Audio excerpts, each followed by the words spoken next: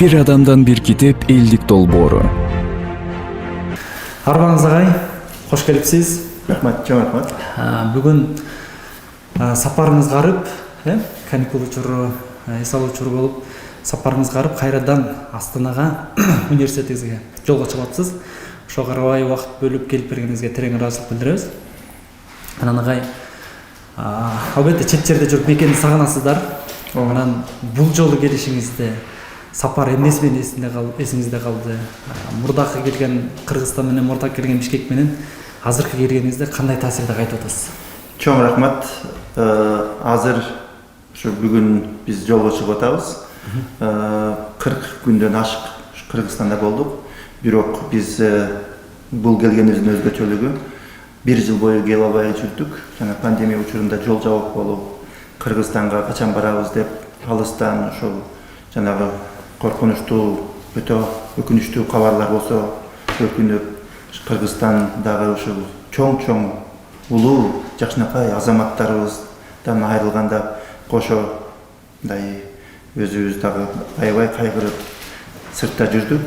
Качан Кыргызстанга барабыз деп аракет кылып жүрүп, акыры жол ачылып, биздин кышкы каникулга декабрдын 20-сында келгенде, анан келгенде биринчи кезекте биз үй бүлөм менен кошо келдим да, биз ошол жанагы биздин тааныштарыбыз, туугандарыбыз, же болбосо ушу Кыргыздын мыкты азаматтары ушу көз өткөндөргө ушу Куран түшүрүү, бата кылуу, ошону бүтүрдүк биринчиден. Себеби бул парыз, ушу батыбыз ушу адамдын мойнунда барып туруп ошо эме кылып көңүл айтуу, Куран түшүрүү. Экинчиден урук туугандар менен, жора жолдош достор менен жолугуп, сагынычты жазып дегендей, мындай алар менен жолукканда өзүнчө энергия алдым. Анан үчүнчүдөн мындай жылда келген сайын мен келгенимди билип калып, жанагы билим берүү тармагындагы коллегалар, студенттер, жаштар чакырып турат. Агай, сиз дагы айта турган сөзүңүз болсо керек деп. Мен сүйүнгөн бойдон келем, себеби билим берүү тармагындагы ошо салым, инвестиция деген ошол эң туура деп эсептейм. Ошол убактымды аябай алар менен жолугууга аракет кылам. Чоң рахмат. Агай, кептин кезегин алысыраак таштасак кененирээк. Сиздин бала чагыңыз жаңы басам Кара Суу районунда, ошто Кара Суу районунда 30 Ат районунда чоңой болсуз. Анан бир аз көз чаптырдым. Ошол 30 Атырда чоңоюп, балким айылда мал багып, айыл жумуштарын жасап, бир кездеги дарыз коон өстүрүп, шатыра шатман, айылда чуркап жүргөн жигит. Ошол 30 Атырдан баштап алыскы Канадага, Торонтого, Пакистанга, кийин Европаларды кыдырып, ошол сиздин деги эле ошол айылдан жүрүп, кадимки балдардын арасында айылда чоңоюп жүрүп, ошол балким Канадага кеткенче, же болбосо галамга кеткен жолуңуздун башталышы себеби эмнеде, тереңинде эмне бар агай? Бул мен негизинен айтып өтөм. Айылдан жүрүп, ушу мага окшогон ушу жаштарга дагы бир аз колдон келсе мындай кеп кеңешимди айтып, аларга эч кандай тоскоолдук болбосун, шылтоо болбосун, алардын эч кандай башка жаштардан кемчилиги жок дүйнөдөгү. Аракет кылыш керек, үмүт кылыш керек, максатты коюш керек. Ушуну айтып өтөт элем. Мен өзүм болсо мектепте жакшы окуганмын, бирок биздеги талай иштери, огороддогу баардык жумуштар менен айкалыштырып, чогуу иштешке, чогуу окуганга туура келди. Бирок ошол учурда балким анда пайдасы тийди, жанагы өзүбүз дагы талаага чыгып иштегенибиз. Ошол эле себеби билим алып атканда бир аз болсо дагы ошону айкалыштырып, байланыштырып үйрөнгөнүм. Анан кийинчерээк жогорку окуу жайга окуганда дагы мен 87-жылы мектепти бүтүрүп, жогорку окуу жайга тапшырганда, ал учурдагы жанагы орус тил филология факультети абдан абройлуу эле, азыр деле абройлуу, бирок ошол учурда эң күчтүү факультеттердин бири эле. Тарых факультети өтө күчтүү эле, себеби партияга жумушка киргизүүгө мүмкүнчүлүк бар эле да. Карап көрсөм, мен жанагы документ тапшырганы келип карап көрсөм, ал жака мен мүмкүнчүлүгүм аздай болуп көрүндү дагы. Карасам жалаң эле мындай күчтүү балдар тургандай. Ошондо мен чет тилдер факультетин тапшырып калганмын. Ал учурда чет тилдер факультети анчалык абройлуу эмес болчу. Себеби Кыргызстан эгемен эмес, Союздун алкагында болгондуктан бизге ал учурда чет өлкөгө чыгуу мүмкүнчүлүгү аз болчу да. Анан 86-жылы тапшырганмын. 87-жылы армияга кетип, кайра келгенде 89 болуп, жанагы перестройка, кайра курулуу болуп, Горбачев келип убагында заман өзгөрдү да. Анан бара-бара 91-жылдан кийин Кыргызстан эгемендикти алып туруп, ушул чет тилди билген жаштарга аябай жакшы мүмкүнчүлүк ачылды. Алар эгер тилди жакшы өздөштүргөн болсо, башка мамлекеттерге барып билим алып келүүгө, же болбосо өтө жакшы жумуштарга орношууга мүмкүнчүлүктөр башталып, ар кандай дипломаттар, теологиялык корпустар келди. Ошол мен окуганыма, менимче менден өтө кыйын, жакшы билген, зээндүү балдар болчу, бирок алардын чет тилди, өзгөчө англис тилди билбегени аларга кандай тоскоолдук болуп калды. Ошон үчүн мен жаштарга айтып өтөрүм. Албетте биз кыргыз улуту, кыргызстандык болгондуктан кыргыз тилин, мамлекеттик тилибизди сөзсүз билишибиз керек, даңазалашыбыз керек, өсүшүнө салым кошубуз керек. Бирок ошол эле учурда азыркы дүйнөнүн тили болгон эң күчтүү тилдерди жакшы өздөштүрүп койсок, демек өзүбүзгө пайда. Себеби англис тили билсек, азыр біз англис тил бул Англиянын тили эмес, Американын тили эмес, азыр дүйнөлүк өнүгүүнүн тили, илимдин, технологиянын тили болуп калды да. Ошондуктан жаштарга аябай айтат элем, кандай кесиптин ээси болсоңуз дагы чет тилди үйрөнгөн болсоңуз, демек сиздер үчүн чоң дарбаза ачылат. Чоң рахмат. Анан учурда мен сиздин немеңизди окуп атып, мурдагы бир маегиңизди окуп атып эстеп кеттим. Өзүм да алыс Акталадан, Акталанын эң алыска Коштоо деген айыл бар. Ошол айылдан болом. Анан бизден баягы шаарга келип көрбөсөк, мурда кийин, анан баягы бирөөлөр аркылуу айткан маалымат дегенде, анан өзүм кичинекей кезимде балким 11-класска чейин сүрөтчү болом деп даярдым, искусство жаатында. Анан келип, шаардан келип, ар кимдин баягы бизге берген кеңешин уктук, анан заман талабы деген нерселерди угуп отуруп, анан эң кызыгы бир адам менен бир 10 мүнөттүк маек болгон. Ошондон кийин мен дароо элестетиңиз, 11 жыл даярданып келген сүрөтчү, искусство тармагынын адиси болом деп келген бала медицина тармагына кетип калдым да. Ошентип дарыгерлик кесиптин ээси болуп азыр учурда иштеп атабыз. Айтайын дегеним бираз өкүнүп калбайсызбы бираз? Мен өкүнбөйм агай. Эмнеге дегенде, мен ошол өзүм баягы кыялданып келген искусствону, же болбосо сүрөттү мен хобби катары алып кете алдым экөө. Ошол себептен өкүнбөйм. Балким такыр таштап койгонумдан да мен үчүн кыйын болмок деп ойлойм. Себеби жан дүйнөнүн иши экен. Анан ошол сыяктуу учурунда сиз дагы милиция болом деп, аскер кызматкери болом деп, органда иштейм деп кичине кезиңизде ошентип кыялданган экенсиз дагы. Анан ушинтип педагогика тармагында, билим берүү тармагында, же болбосо 20-кылымдын дүйшөнү болсо 21-кылымдын дүйшөнү болуп, ошол тармакка кетишиңизге эмне себеп болду? Ал эми мен өзүнчө мындай кыялдансам, жаштайыман ошол биз ушу советтик идеология менен тарбияланган жаштар элек да. Ал учурда жанагы уголовный розысктар, же болбосо шпиондорду кармаган өтө мындай өзгөчө эркек балдар үчүн ошол кесиптер, органдагы кесиптер абдан абройлуу болуп туруп, сыймыктуу болгондо баардыгы ошондой иштегенди мындай менимче көпчүлүгү эңсечү да. Балким мен дагы ошондой эле болгонмун. Анан үйдөгүлөр дагы дүйшөнү уулубуз бул аябай чынчыл, бул болсо сот болот, мындай адилеттүү сот болот деп туруп, мындай менин кичинекейимден ушу эме кылып койгон окшойт, өзүнчө мындай даярдап койгон окшойт дейм да.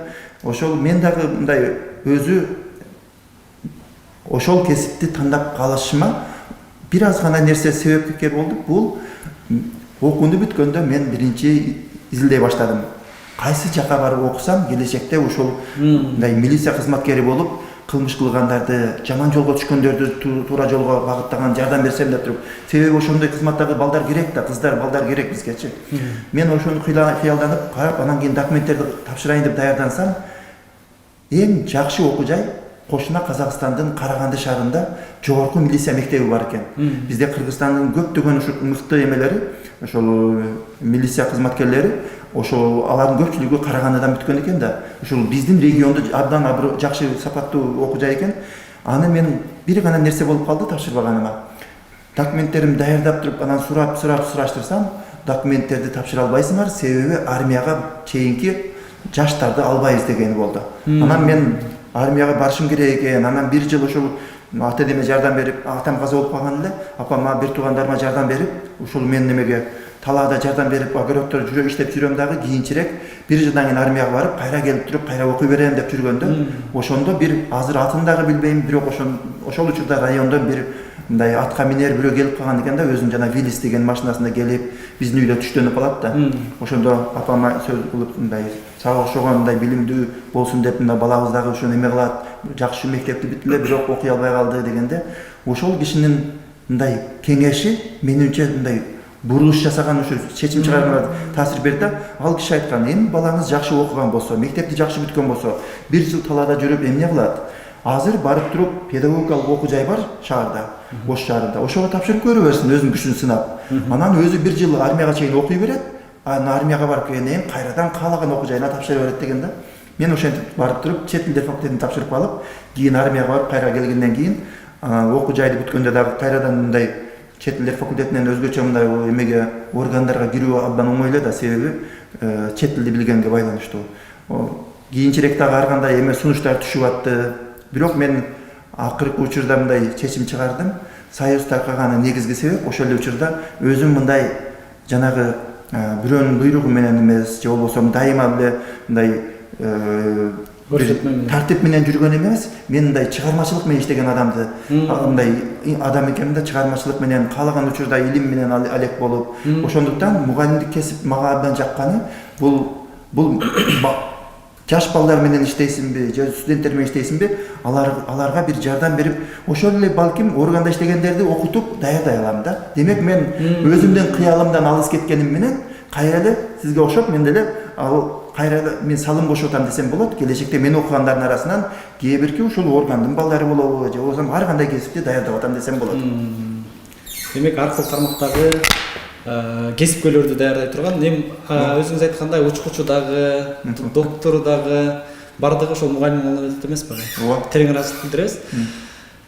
Кийинки сурагы, биз бир адамдан бир китеп деп элибизде китеп окуса экен, өзүбүз окуса экен, андан кийин элибиз окуса экен деп. Себеби адамдын негизги эле өлкөнүн өзгөрүүсүндө же адамдын жеке өнүгүүсүндө китептин же болбосо билимдин орду абдан чоң экен. Ошону билип, анан эң алгачкы аң сезимди көтөрүүдөн баштайлы деп атабыз. Анан андан кийин баягы ийгиликтүү инсандар менен жолугуп калганда албетте сурайбыз.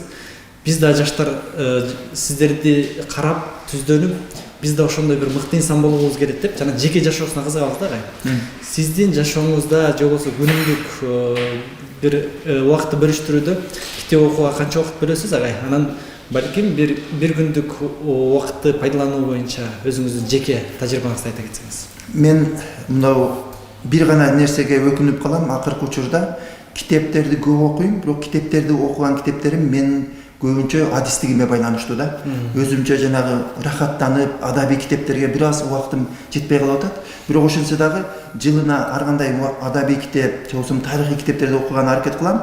Бирок көбүнчө азыркыга окшоп каникулга чыкканда, алыс жолго баратканда ошо китепти өзүм менен коша алып алам да.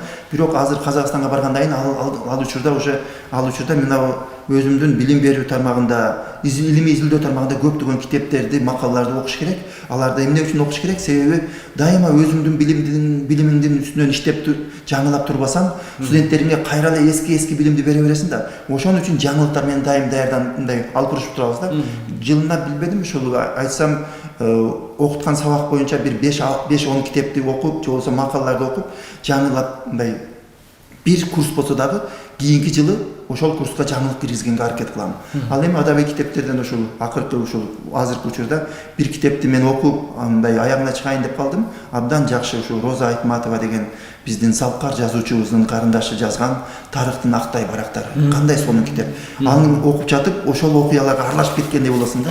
Ушундай өзүмчө дагы ушул бул менин баягы кесибиме байланыштуу эмес, өзүңдүн ар тараптан өнүгүп, деги эле адам катары, атул катары эмнелерди билип жүрүшүбүз керек, кандай жыйынтык чыгарышыбыз керек, жана келечекте эмнени кайталабаш керек, эмне жасаш керек, ушул жөнүндө өзүмө бир аз болсо дагы жыйынтык чыгарганга аракет кылам да. Тарыхтан сабак алууга, Ооба, албетте. Жакшы.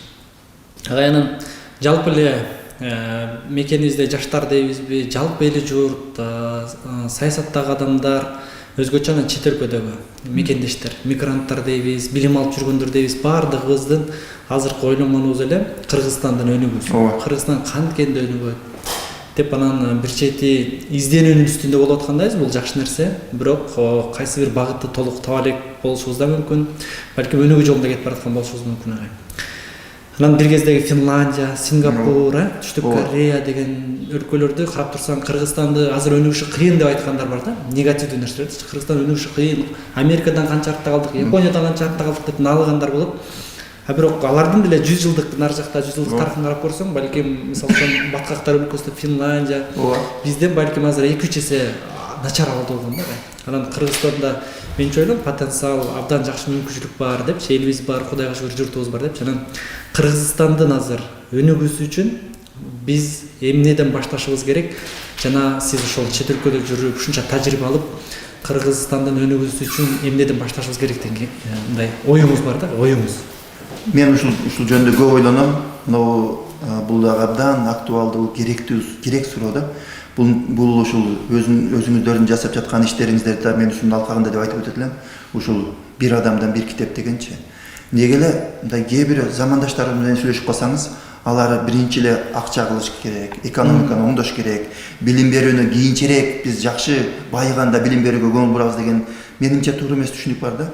Ошол эле Сингапур болобу, Финляндия болобу, билим берүүнү өркүндөтүү менен, оңдоо менен коомду да алдыга алып чыкты да. Анан дагы бир нерсени айтат элем, ушу кыргыздарда мисалы үчүн кээде ушул мындай пессимизм болбосо, эми бизден жакшы адамдар чыкпады, жакшы саясатчылар чыкпады деп эле мындай жеңилип калбасак да, адамдарда, жаштарда өзгөчө үмүт үзүлбөсө. Мен ушул жөнүндө мына Финляндиянын ушу сиз айткандай баткактар деп атабыз.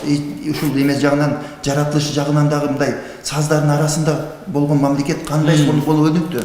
Ошого негизги себептердин бирөөсү булардын жашоонун принципи, жашоо лозунгу мындай экен да. Көп жылдар бою кыйналдык, мен которуп жатам азыр. Көп жылдар бою кыйналып аракет кылдык, бирок аягында жеңип чыктык деп атат да. Булар жөндөн-жөн отуруп калбастан, мисалы үчүн балким ошол эле мындай Эмираттарга окшоп, Сауд Арабияга окшоп, мисалы үчүн нефтиси болбогонсо, өздөрү акылды иштетүү менен, билим берүүгө көңүл буруу менен, анан ынтымак менен элдери ушул алдыга жылууга аракет кылгандыктан, эми кыйынчылык, мисалы үчүн алар өздөрү Орусиянын колониясы болгон, Шведтердин колониясы болгон да учурунда. Бирок канчалык ушул кысым болсо дагы биз сынбайбыз. Теги эле алдыга жылабыз деген үмүт бар экен, ошону ишке ашырганда, демек менимче ушул адамдарда биздин элибизде дагы көбүрөөк ишеним болсо, алдыга жылууга жаштарда биз алдыга жылабыз, жок, моюн бербейбиз. Биз ол кылымдар бою жасап келгенбиз, дагы эле жашай беребиз. Анан жок, коррупция деп эле, башка деп эле биз жеңилип калбайбыз. Жана коомдогу терс нерселер өтө көп да. Ошолорго биз моюн сунбасак, анан алдыга жылсак, мен ушудан баштап айтат элем. Эң башкысы ишеним жана үмүт, ишеним бардыгы. Жакшы агай. Кийинки суроо эмне болсун агай? Назарбаев университети азыр Казакстандагы эң абройлуу университеттердин бири деп угабыз. Интернет айдыгынан көрүп жүрөбүз. Анан Назарбаев университетинин менен Казакстандын башка университеттери, балким Кыргызстандын университеттеринин Назарбаев университети эмнеси менен өзгөчө? Экинчиден, ал жакта студенттердин сүймөнчүлүгүнө ээ болгон агай катары билебиз. Ошол жактагы деги эле Назарбаев университетинин өзгөчөлүгү жана анан кече күнү нарындан окуучулар байланышып атышат. Агай менен жолугушууга биз бара албай калдык. Бирок сурап коюңуз, Назарбаев университетине кантип тапшырсак болот? Сонун. Назарбаев университети бул 10 жылдан ашып калды. Бул жаш университет. Бул ушу казактар көп жылдар бою казактар эме кылганда, азыр деле ал программасы бар, Болашак деген программасы бар. Илгери Кыргызстанда 21-чи кылымдын кадрлары деген долбоор өзүнчө проект болчу. Анын максаты атайын мамлекеттин эсебинен көптөгөн каржы бөлүнөт дагы таланттуу жаштарды тандап чет өлкөгө жакшы окуучуларга жөнөтүп, кайра келип туруп ошолор элге, коомго кызмат кылат да. Болашак деген программасы казактардын акыркы 25 жылдан бери 14 000 казакстандык жаштар барып окуп келишти да. Магистратура, бакалавриат, докторантураларда да. Барып келип, ошолордун бардыгы болбосо дагы жарымынан көбү сонун кылып жардам берип атышат да, ар тармакта. Медицина болобу, же болбосо экономикада ар тармакта иштеп атышат. Бирок казактарда мындай анализ кылып көрүштүр да. Бир 10-15 жыл мурун анализ кылып көрүп туруп, ошол чет өлкөгө жөнөтсөк дейт. Жөнөткөн жол киреси, ал жакка барып жашаганы, анан акы төлөгөнү, окууга төлөгөнү жогорку, мисалы үчүн Гарвардта өзүңүздөр билесиздер канча деген доллар болот, Оксфордто окутуш. Ошолордун баарын эсептеп келсе, кайра мындай анализ кылып чыкканда, андан көрөп Казакстандын өзүндө мыкты университет курсак, күчтүү профессорлорду ушул жерге алып келсек, ал профессорлорго жакшы маяна төлөп беребиз. Бирок ал профессорлор Казакстанда жашайт, алардан түшкөн салык Казакстанда калат, тамак аш жесе дагы ал сатып алат Казакстандан, кийим кечеги сатып алат. Ошол учурда студенттерибиз жол кире коротпостон Казакстанда окуйт деген максат менен курган да. Бул ушул долбоор аябай жакшы ишке кирип, бизде азыр Назарбаев университетинде ушул бүтүрүүчүлөр 4-5 жылдан бери бүтүп атат, жылына 500дөн бүтүп атат. Башка окуу жайлардын айырмасы бул атайын Казакстанда автономдук атайын укугу менен курулган, бирок мамлекеттин эсебинен каржыланган окуу жайлар. Мамлекеттин каржылауынан аябай мындай көптөгөн акча бөлүнөт, бирок ошол учурда эмне үчүн бөлүнөт? Бул университет үлгү болуш керек башка окуу жайларга. Ошол учурда бул окуу жай өзүнүн тажрыйбасын башка Казакстандагы окуу жайларга жайылтышка милдеттендирилген да. Мисалы үчүн башка окуу жайлар Карагандаданбы, Алматыданбы келсе, кана бизге окуу программаңыздар кандай болот, же болбосо изилдөөнү кандай жүргүзөсүздөр десе, ошол биздин окуу жайдагы адистер башкалар менен бөлүшүүгө милдеттүү да. Ал эми окуу программасы такыр башка болуп атат. Кээде мындай Кыргызстандык, Казакстандык студенттер же болбосо алардын ата-энеси айтып калат да, менин балам ошол мындай перевод болуп, же болбосо силердин окуу жайга барып окуса болобу дейт. Мен тилекке каршы окуса болбойт, Казакстан ичинде да болбойт, себеби окуу программасы такыр дал келбейт. Булардыкы мындай эл аралык окуу программа менен болуп атат да. Бирок кыска мөөнөткө барып таанышып келүүгө болот. Мындай атайын конференцияларга барып, барса мен да жардам берем, лабораторияларын көрүп, ал жактагы окуу системасын көрүп таанышканы толук мүмкүнчүлүк болот. Ал эми окууга тапшырууга мен Кыргызстандан жылына бир конференцияга 10-20 адам ар кандай окуу жайдан делегация барат да. Барып туруп эле аябай сүйүнүшүп, университетиңер жакшы экен, лаборатор ар кандай ресурстары жакшы экен, окуу сапаты жакшы экен деп сүйүнүп калышат. Сөзсүз биздин балдарды окууга тапшыр деп айтабыз дейт да. Анан кийин эле тапшырганда Кыргызстандан тапшыргандар аз болуп атат да. Эмнеге экенин мен билбейм. Окуу жай жакын эле Казакстанда. Эгер кыргызстандык биздин абитуриенттер өтө жакшы жыйынтык менен өтө турган болсо окууга, ошол окуу жай, университет мамлекеттик грантка ээ боло албайт, бирок университет өзү ички резервден толук каржылап берет да. Бирок жакшы, өтө жакшы балл менен өтүш керек окууга. Анан эмне үчүн Назарбаев университети кыргызстандык жана башка Борбордук Азиянын студенттерине, чет өлкө студенттерге кызыктар болуп атат? Алар өздөрү атайын Болония процессине киргенде мындай талап бар да. Жакшы окуу жай болом десең, аккредитацияда мүмкүн болсо 10%, керек болсо 20% студенттер чет өлкөдөн болуш керек деген атайын эме талап бар да. Эмне үчүн дегенде, баягы бир эле региондон, бир мамлекеттен студенттер өзүнүн казанында кайнай берсе, билим сапаты анча күчтүү болбойт. Башка жактан студенттер келип аралашса, ошол студенттин өзүнө дагы жакшы, анан башка окуп жаткан студенттерге дагы жакшы болот. Мындай жаңылык киргизет деп туруп, ошон үчүн бул Болония боюнча талап киргизилген да. Ошон үчүн мен айтат элем, Кыргызстандык биздин жаштарыбыз бакалавриатка тапшырсын, магистратурага тапшырсын, докторантурага тапшырсын. Болгону талаптарын мен анан жөнөтүп коем. Сайтта 3 тилде жазылган талаптар, баардык документтерди тапшырыш керек. Ал жакка документ тапшырганда барыштын да кажети жок. Керек болсо онлайндагы документ тапшырып туруп, интервьюде да онлайн болушу мүмкүн. Мындай каражат кетпейт да. Болгону биздин ушул кызыккандар үчүн айтып өтөт элем, англис сабактын баардыгы англис тилинде жүрөт. Англис тилинде дагы мындай жөнөкөй баскычта эмес, мындай IELTS боюнча TOEFL'дын бир түрү, TOEFL канча экенин билбейм, IELTS деген тест бар. International English Language Testing деген бекен. Ошол боюнча магистратурага 6,5 балл болуш керек, жазуу жана угуу сүйлөө дегенде 6,5 болуш керек, докторантурага 7 болуш керек. Бул деген кадимкидей тапшырмаларды англис тилинде жазып тапшырат да. Эмне үчүн дегенде, баягы мен башында айткандай, профессорлордун 85% бул алыскы чет өлкөдөн.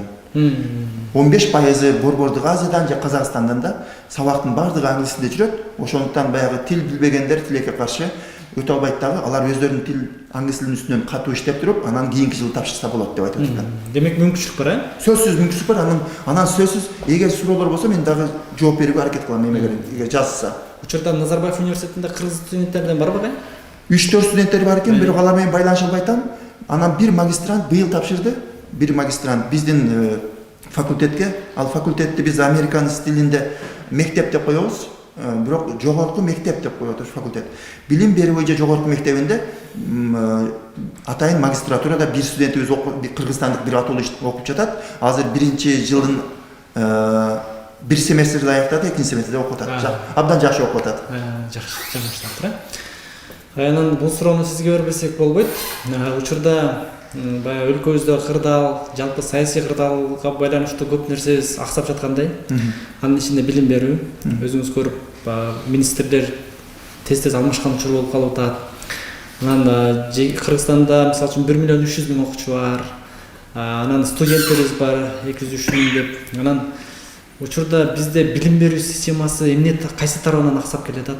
Билим берүүнү жолго салыш үчүн эмнелерге умтулушубуз керек? Билим берүү тармагындагы адамдар бул бир. Экинчиси, билим алып аткандар эмнеге басым жасашыбыз керек?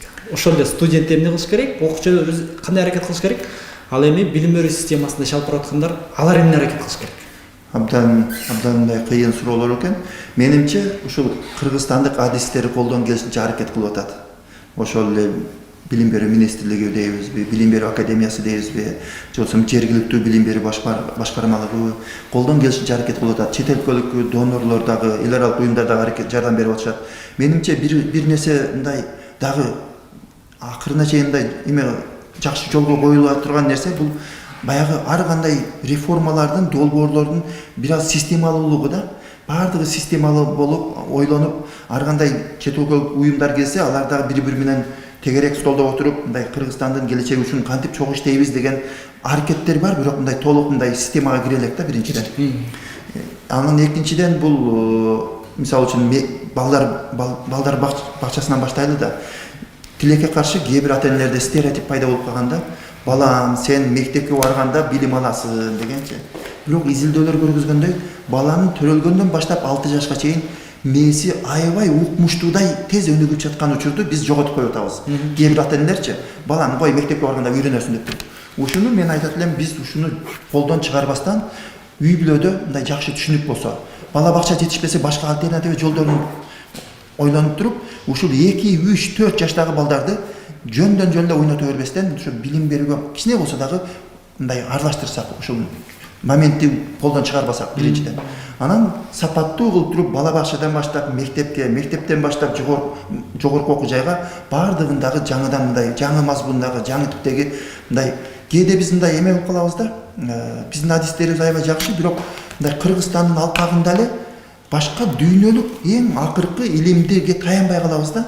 Ошону мен айтат элем, чет тилинди жакшыраак өздөштүрсө биздин адистерибиз, алар ошол жакшынакай китептерди мындай илимий жаңылыктарды өздөрү окуп туруп Кыргызстанга алып келүүгө мындай мүмкүнчүлүк болот эле да. Былтыр мен мисалы үчүн ушу Назарбаев университетиндеги Назарбаев интеллектуал мектептеринин бир мыкты адистери менен вебинар уюштурдук да. Алар ошол lesson study, же болбосо сабакты изилдөө деген Японияда пайда болгон өтө сонун усулду айтып беришти да. Ошону биздин кыргызстандык мугалимдер абдан сүйүнүп, келгиле ушуну колго алалы дешти да. Бирок буну албетте буну системалуулук болбой, жанагы райондук, шаардык билим берүү башкармалыгы мындай качпай калып атат. Ушуну мындай бардыгын мындай бирдиктүү кылып туруп, биринчи кезекте билим берүүнүн сапатка жетиш үчүн мугалимдердин билими кандай болуш керек, окуу куралдары кандай болуш керек, мектептерибиз кандай болуш керек. Албетте имараттар керек, заңгыраган. Бирок ошол эле учурда имаратты иштете турган, билим сапатын камсыз кыла турган бул мугалим да. Мугалимге көбүрөөк биз мындай инвестиция кылып туруп, ошо мугалимдердин дагы билимин жакшыраак заманбап кылып өзгөртүшүбүз керек. Деги айта берсе көп. Ал эми мындай окуучулар, студенттер эмне кылыш керек дегенде мен айтат элем, мен Кыргызстанда кыргызстандык кээ бир биздин жаштарды чет өлкөдө көрөм. Окуп жүрүшөт. Аларды көрүп эмнеге сүйүнөм? Алар мен эгер балким мени көрүп угуп жаткандар мындай иренжибесин, алар системанын негизинде чет өлкөгө эмес, орустар айтмакчы вопреки деп коет. Ар кандай кыйынчылыктар карабастан жарып чыкты да. Ошого аларда иммунитет пайда болду. Чет өлкөгө барганда аларды эч ким токтото албай калат да. Ошунчалык зирек балдарды, кыздарды көрөм, сүйүнөм. Демек алар эч ким жардам бербесе да өздөрү аракет кылып туруп ушунчалык жарып чыкты да. Ошондой бар. Эми булар санда аз чыгып атат. Бирок келечекте биздин билим берүү системабыздан окуп чыккан балдар жаңылыктарга жакын болсо, жаратууга, бир нерсени жаратууга, мисалы ошол эле вакцинаны эмне үчүн кыргыздын жаштары ойлоп таппайт, жанагы ооруга. Азыр бир соңку суроо болсун. Убакыттын тардыгы чындап эле абдан чоң аякалат элек, буюрса алдыда кийинки жолугушуубузга себеп болсун. Макул. Анан соңку суроо деги эле мисалы үчүн көп окумуштуулар айтып келген, адамзаты тез жаралгандан баштап ушул күнгө чейин адам өзү изденет экен, жашоонун максаты кайсы депчи. Анан ар бир адамдын өзүнүн божомолу, өзүнүн аракети, өзүнүн миссиясы болгон агай. Жеке сиз үчүн баягы бир мисалы үчүн коом үчүн жакшы жаран болушуң керек, балдар үчүн жакшы ата эне болушуң керек, бирок адам катары ушул дүйнөгө жаралганда эң чоң миссияңыз жашоодо, жашоонун маңызы сиз үчүн эмне? Менин бир пандемияда каза болуп калган бир жакын досторум бирөөсү айткан да, мындай жашаганда колдон келсе бир из калтыр. Бирөөлөргө бир зыяның тийбесин, эч болбосо. Колдон келсе пайдаң тийсин. Ошол эгер зыяның болсо анда мындай мисалы үчүн азыр Казакстанда биз иштеп жүрөбүз, жашап жүрөбүз да. Контрагым бүтүп бул жака келгенде, ошол жактагы мен мисалы үчүн казакстандык менин кесиптештерим, же болбосо досторум, бир кыргыз тууганыбыз келип туруп, ушундай интрига менен, ушундай баарын мындай ашмалтайын чыгарып кетти дебестен, ушул биздин бир боорубуз келип туруп, бизге ушул биздин менен бир тоом болуп жашап, мындай жакшы нерселер жасап кетти деп туруп, аларда ушундай ой калса. Турмушта деле ошол, турмушта дагы мындай эми адамдын өмүрү мындай чексиз эмес да. Ошол азыр кудуретибиз бар да. Колдон келген бирөөгө, колдон мүмкүнчүлүгүбүз болсо, бирөөгө кичине болсо дагы жардамыбыз тийсе, эч болбосо кеңешибиз менен. Себеби азыркы өзүңүз билгендей, балдарыбыз ушунчалык кыйын балдар бар, бирок аларга туура багыт азыраак болуп калат да. Ошол учурдан башка ар кандай аферисттер десек катуу тийбесин, башка адамдар башка жака буруп кеткендер болот да. Ошого эми биз мындай колдон келсе кичине, кое тур, ал дагы альтернатива, башка жол дагы бар. Мына жолдагы карап көргүлө, өзүңөр тандагыла деп туруп балдарга биз альтернативаны айта билсек да. Чоң рахмат. Алдыдагы бирсе жолго чыгып атасыз. Маек абдан жакшы болду. Жолуңуз шыдыр болсун. Аман эсен жүрүңүздөр чет жерде. Рахмат. Анан албетте ал жактын билим берүүсүнө салым кошуп, ошол эле тажрыйбаны, ошол эле дүйнөлүк тажрыйбаны, ошол эле коңшу өлкөнүн тажрыйбасын алып келип биз жака жайылтып атканыңызга, кыргыз деп күлүп атканыңызга, ошол жерде жалгыз мугалим, окутуучу, профессор болуп дагы тайманбай иштеп атканыңызга терең ыраазычылык билдиребиз агай. Анан алдыда биз кеп кылган, биз кыялданган Кыргызстан, өнүккөн Кыргызстан алыс эмес агай. Ошону бирге куралы, бар болуңуз, жараткан барлык жакшылыктарын берсин. Сиздерге да ийгилик, чоң рахмат. Абдан сонун жумуштарды аткарып, Кыргызстандын келечеги үчүн мындай кайдыгер эмес болуп туруп, бир сонун нерсени аткарып атасыздар. Ишиңиздерге ийгилик, келечекте дагы чоң мындай пайдалуу долбоорлорду аткара бериңиздер. Чоң рахмат агай. Бар болуңуз. Чоң рахмат.